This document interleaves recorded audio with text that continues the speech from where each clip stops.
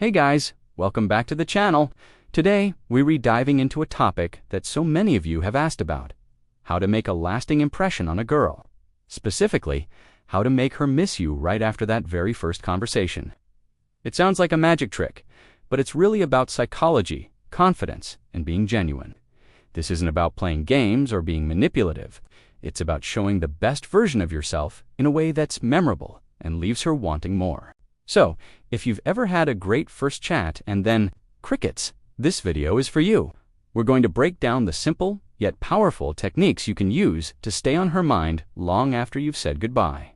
Let's get started. First things first, let's talk about the mindset.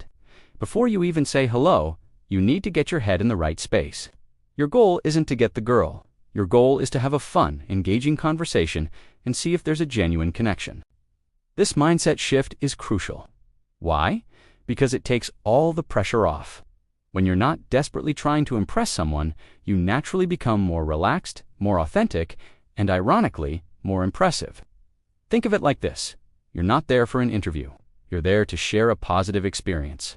Your vibe should be one of a man who is happy and complete on his own, and you're simply looking for someone cool to share that with. This self-assured energy is incredibly attractive. She sensed that you're not needy or seeking validation, which automatically makes you more intriguing. Now, let's get into the conversation itself. The number one rule is to be an active listener. I know. You've heard this a million times, but are you actually doing it? Most guys are so focused on what they're going to say next that they completely miss what she's saying. Don't just hear her words, listen to understand. Ask follow-up questions that show you're paying attention. For example, if she says she loves hiking, don't just say, "Oh, cool." Ask her, what was the most incredible view you've ever seen on a hike? Or what is it about being out in nature that you love so much? These kinds of questions show that you're not just ticking boxes. You're genuinely interested in her world, her passions, and her perspective. When someone feels truly heard and understood, they form a powerful connection with the person who made them feel that way. The next key is to share your own passions, but do it with enthusiasm. Don't just list your hobbies. Talk about why you love them. What does playing the guitar do for you? How does it feel when you finish a challenging project at work? When you speak with passion, your eyes light up, your energy shifts, and you become captivating. This is what makes you a three-dimensional person, not just a profile on a dating app. She's not going to remember the guy who said, "I like movies." She is going to remember the guy who enthusiastically explained why a certain film changed his perspective on life. This vulnerability and openness create a strong emotional hook. You're giving her a glimpse into your soul, and that's something she'll think about later. Here's a subtle but super effective technique. Create what I call an open loop.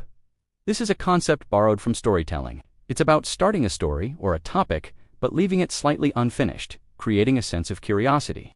For example, you could say something like, "That reminds me of the most ridiculous thing that ever happened to me in Thailand." "Oh, but that's a long story for another time." Boom, instantly. Her brain wants to know what happened in Thailand. You've planted a seed of curiosity. It gives her a reason to want to talk to you again. It's not about being withholding or playing hard to get. It's about playfully hinting that there are more interesting layers to you that she has yet to discover. This creates a natural and exciting reason for a second conversation. Another powerful tool is humor, but not just any humor. I'm talking about playful, witty banter, gently teasing her about something minor. Like her unhealthy obsession with pineapple on pizza can create a fun, flirtatious dynamic. The key word here is gently. It should always be lighthearted and make her smile. The goal is to create an inside joke, even a tiny one. If you can make her laugh, you create a positive emotional anchor. Later, when she thinks back on your conversation, she remembers the feeling of laughing and having a good time. That feeling is addictive. People are naturally drawn to those who make them feel good. If you can establish this fun, teasing rapport from the start, she'll definitely be looking forward to more of it.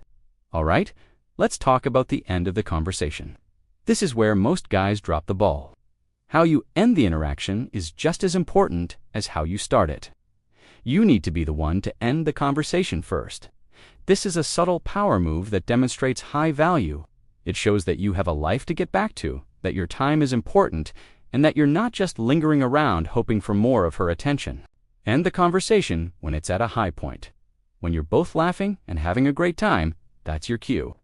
You can say something like, "Hey, I've really enjoyed talking to you, but I've got to run. We should definitely continue this another time." This leaves her on a peak of positive emotion, wanting more rather than letting the conversation die out naturally and fizzle into awkwardness. When you do end it, be direct and clear about your intentions. Don't be vague. If you enjoyed talking to her and want to see her again, say so. A simple, confident, "I had a great time talking with you. I'd love to take you out for that pineapple pizza we were debating about sometime next week. What's your number?" This is confident, specific, and references something from your conversation, making it personal. It shows you a man who knows what he wants and is unafraid to go for it. This directness is a breath of fresh air for most women, who are used to guys being wishy-washy or playing games. It makes you stand out immediately. Now, after you get her number, the golden rule is to not text her immediately. Give it some space. Let the positive impression you made marinate. Let her be the one to wonder when you're going to text. This isn't about following some arbitrary 3-day rule. It's about letting the anticipation build naturally. You ended the conversation on a high note. You were confident and direct, and now you're giving her the space to miss you. When you do text, maybe the next day, don't just say, "Hey," reference your conversation. Something like, "Still thinking about how wrong you are about pineapple on pizza. We need to settle this. How's Thursday?" It's playful. It brings her right back to the fun vibe of your conversation, and it moves things forward towards an actual date. Let's recap the key ingredients. You start with a confident, non-netty mindset. You actively listen and ask deep questions. You share your own passions with enthusiasm. You create playful, open loops and use humor to build rapport. You end the conversation first at a high point. You're direct and clear with your intentions to see her again. And finally, you give it a little time before you reach out, letting the anticipation build. When you combine all of these elements, you're not just having a conversation, you're creating an experience that makes her feel seen, understood, and entertained. An experience that makes you stand out from every other guy. She won't just remember what you said, she'll remember how you made her feel. And that feeling is what will have her checking her phone, smiling, and definitely missing you. Thanks for watching, guys. I hope you found these tips helpful. Remember, it's all about being genuine and confident. Try this out the next time you meet someone new, and let me know how it goes in the comments below. Don't forget to like this video if you enjoyed it, and subscribe for more content on building real, meaningful connections. See you in the next one.